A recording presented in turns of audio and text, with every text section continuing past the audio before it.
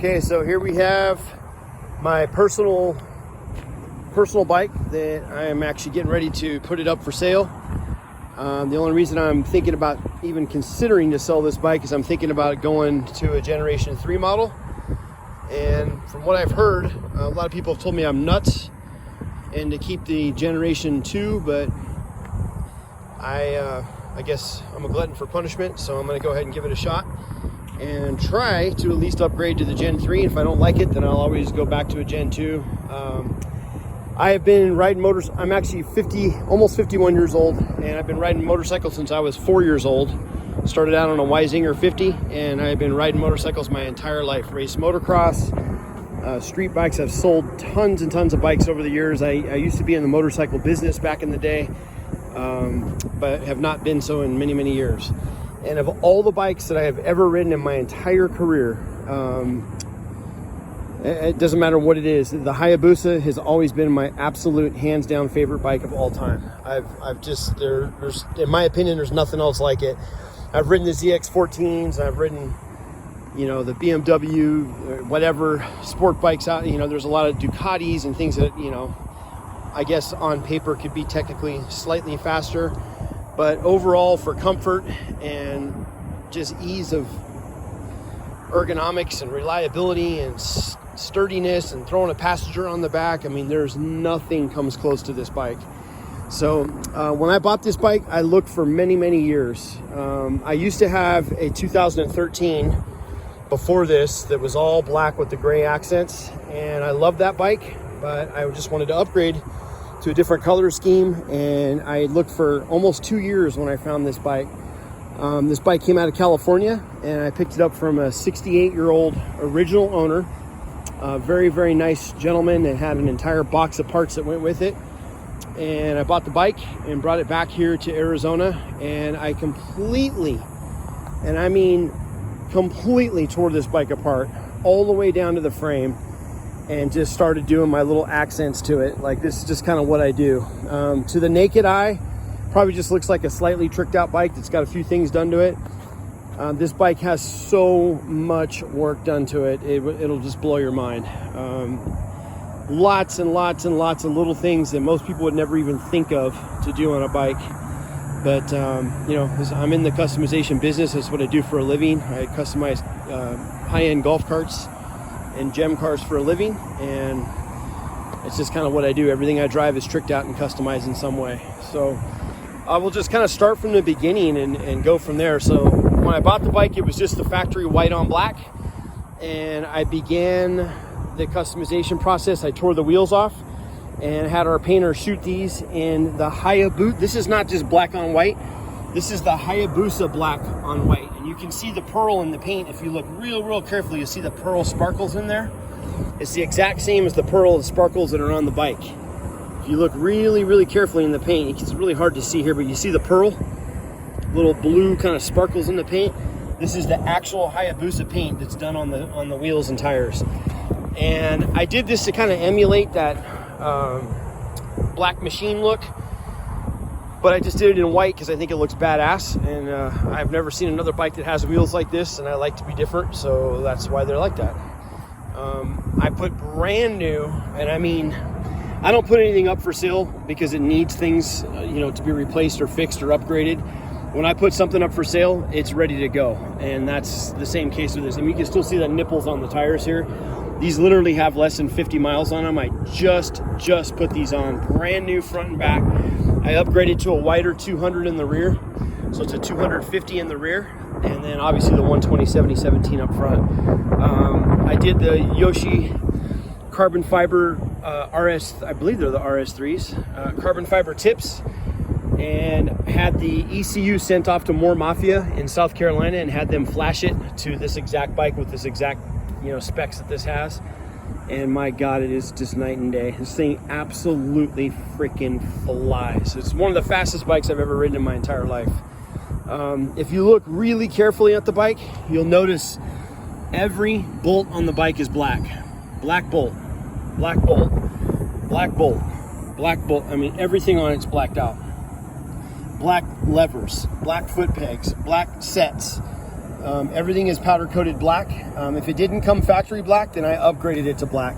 I powder coated the exhaust shields here in gloss black. I powder coated the Yoshimura. I just didn't want, I was trying to delete all the silly chrome on the bike. I don't like chrome at all. And my goal was to just delete all of that. And that's kind of what I did. So this is blacked out. God, I can't even think. Yeah, every bolt up here. This is all blacked out. Black bolt, black bolt. We got the black frame sliders up here. I put the upgraded black sport cushion grips, and I did the Echo cruise control. This works phenomenally. You just roll your finger down, and I mean, look at how solid that is. Even if you're on bumps, hitting potholes, this thing will stay right at 90 or 100, whatever you leave it at, it'll stay like that until you twist it back. And it works amazingly. Aftermarket bar ends. I did the aftermarket front tank Hayabusa cover, all powder coated black. Powder coated black upper Hayabusa brake and clutch levers. I did a brand new smoke tinted PUIG, whatever you want to call that, smoke tinted windscreen. I took the entire bike apart, pulled all the lenses out, and smoke tinted all the lenses. So that's pretty badass. Kind of gives it a different look than all the other boosters out there. And this is not just like, the aftermarket ones you can buy. This was all done professionally by our painter. Everything was smoked to look perfectly dialed into the bike, and it just, I mean, the only word I can think of is sexy. I mean, it's a sexy bitch, badass bike. I absolutely love this bike. A couple other little tricky things that most people would never think of. I did the multicolored blue lights. I shouldn't say that. They're set at blue now. They are multicolored, so there's a remote control. So once you turn them on, you can turn the lights to any color you want. I keep them on blue just because I think it looks the best. But you can see the one up under here that lights up the whole front end when you're riding at nighttime. And then I have two more strips that I added up here that are kind of below the license plate. They kind of glow, so at nighttime when it's pitch black out, the whole front and rear wheels light up blue. So when those white spokes are rolling around, on a dark road, the LED lights just make those pop. It looks like diamonds kind of going down the road. It's just really badass. And like I said, once you turn that on, there's a remote control. So you can put it to flashing mode. You can put it to red, green, orange, blue, purple, whatever color you want. And like I said, I just think that the blue looks the best, so I leave it on blue. I will shut this off. Oh, great. Here comes the street lights. That just ruined that. Anyways, if you look at these here, there's 3 switches over here that I added as well. So I did all this personally. And the reason why I did that is O is for off. So if you turn the key up, the switches up and just leave them in the up position, the bike turns on just like a normal Hayabusa would. You see how the light comes on when you turn the key on, and then you see how the rear tail light lights up in the back. The reason I have those switches there is in the event that you don't want the light on, you just flick the switch and turn the headlight off. And then if you don't want the tail light on, you simply flick the switch and turn the tail light off. So you can run it in stealth mode if you want to. And then for you people that know what I'm talking about, when you're driving down in Mexico and people are behind you with red and blue lights on, you can also elect to turn this switch off, which kills the brake lights as well. So you can literally go complete ghost mode. And the nice thing about having this switch here is you can go just rear ghost mode only, so you can still see where you're going in front of you. Shut off the 2 there and you have no rear tail light and no rear brake light. You just only have a front laser beam light out in front of you. You see a lot of these videos on YouTube and stuff where people are running and doing all that kind of stuff, and they just have no headlight when they should, you know what I mean? It's like, in cars at least. So on motorcycles, you don't really have that option. You always have the headlight on, you always have your tail lights on. This gives you the option to run it any way you want. You see here, I will hit the brake light with my brakes with my finger. Nothing at all. So I go over here and I flick this switch on. Now when I hit the brakes, see the brakes are on. And then when I flick this switch, you'll see in the back here, tail light comes back on. you just got to admit that's badass. Nobody has that. At least I've never seen it done before. I do a lot of tricky things on my golf carts that I build, and lots of really cool electrical and lighting stuff like that, and I honestly have never seen that done before anywhere. The cool thing up front also is with having this ability to turn off the light, the headlight if you want, it gives you the ability to really see the accentuated running lights. So these are the running lights that come factory in a Hayabusa. I took these bulbs out and I put multicolored bulbs up there. So that is on a completely separate remote. So if you want these to be red or green or blue or purple or blinking or whatever, you can put them at white if you want. You can have them flash. You can, any possible combination you can think of, you can do it with the remote control. Again, I think the blue looks the best, and that's why I keep it in blue mode. It just, in my opinion, when you're cruising down the freeway and you have that little tiny bit of blue glow coming up in the mirror, somebody sees that coming up behind them and they kind of tend to get out of the way. I've driven right next to motorcycle cops. They give me a thumbs up. I've never once been pulled over with it. It's not overkill. It doesn't look too bright. It just kind of gives it a little bit of a glow. I also put a strip up on the inner windshield here and ran it down the center, and this really lights up the whole instrument cluster and gauges here at night. And then I put a strip, a black Gorilla strip going right down the center to kind of keep the bulbs from, you know, blinding you in the eye. I was gonna make a little cover that went right here, but it just doesn't even matter to me. It's not that big of a deal. Also, I did these are not the cheap ass LED lights that everybody puts in their Busas. These are the $275 true HID 6,000 lumen lights up in the low beam and also in the high beam. And I'm going to tell you right now, when you turn that on and the ballast lights up, it is literally like a train coming down a train. It lights up like you've never seen before. It is so insanely bright. See if I can turn that on. You'll see how it takes a second to kind of heat up, and you'll see it just starts to get brighter and brighter and brighter.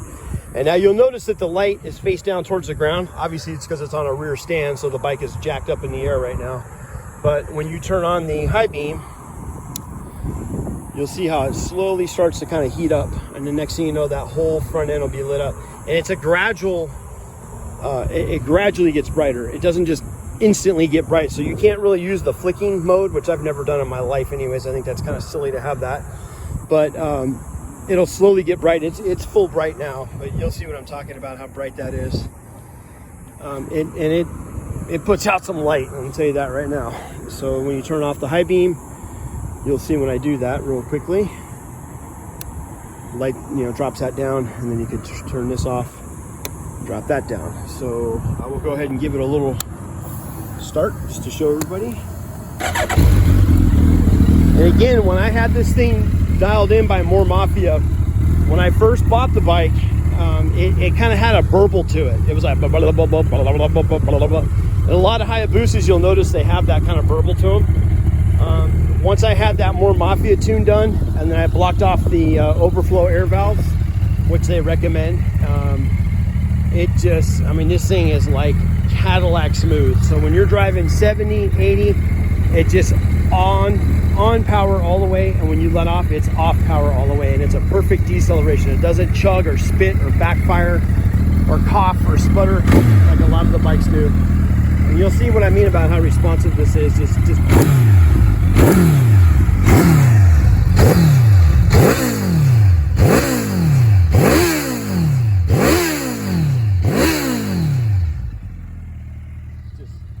so badass.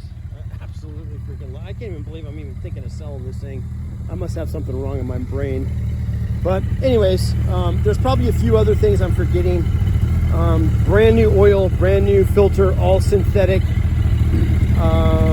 Has a brand new lithium battery in it with the aftermarket charge port here, so you can run this in, and I have a lithium charger that goes with it too, like a little battery tender type thing. And oh yeah, that's another thing, I ordered these from Suzuki, so these are not just painted black, these are the actual black Hayabusa rear signal fairings, and I did that just to kind of match everything. So you notice on a normal black and white 2017, there's a lot more white on it.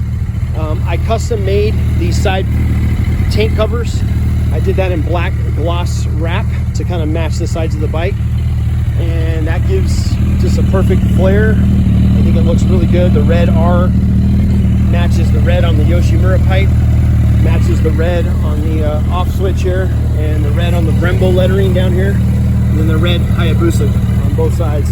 Just a perfect flare in my opinion.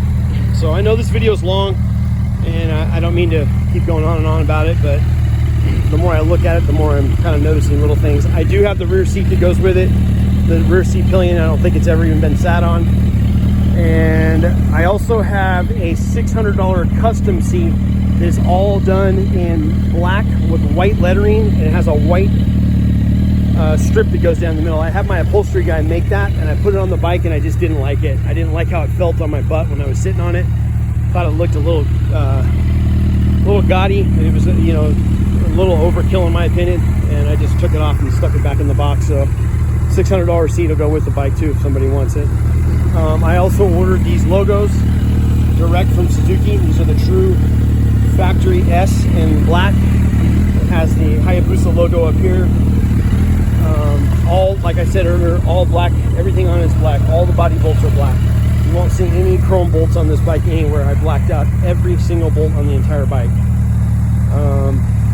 Also, I made this custom license plate frame up here. I raised it up real high, put a tinted smoke cover on it. Never once been pulled over. I'm sure it's probably considered illegal.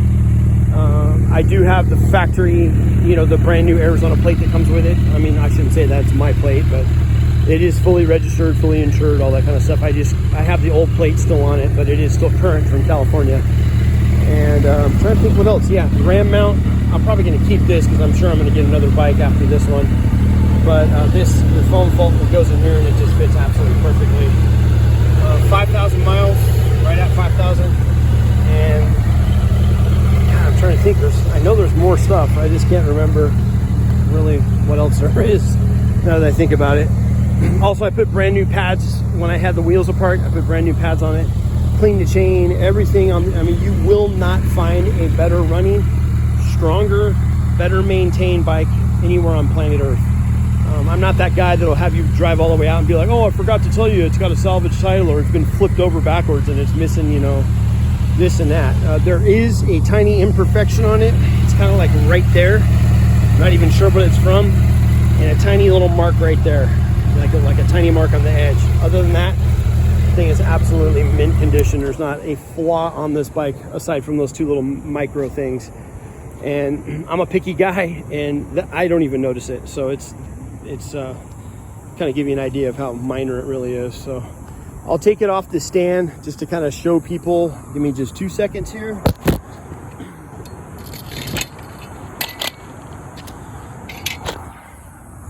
So that's what it looks like when it's not on the stand. And I'm telling you, man, when you pull up to a bike meet or you go get, you know, at the gas station or something, people constantly roll up and be like, dude, that's a sick bike, man. That thing is clean as shit. You know, when I driving down the freeway, you know what I mean? You'd just be cruising down the freeway doing 85, 90 or whatever, and sport bikes will just pull up inevitably. They pull up right next to you and just give you a thumbs up and they give you the nod, you know, like that thing is badass. And in my opinion, it is. I think it is a badass bike. I really love this thing. So I'm just making this video, so if someone sees the ad and then they say, hey man, send me a video on the bike, that's kind of what this is for. And hopefully it kind of explains it in detail.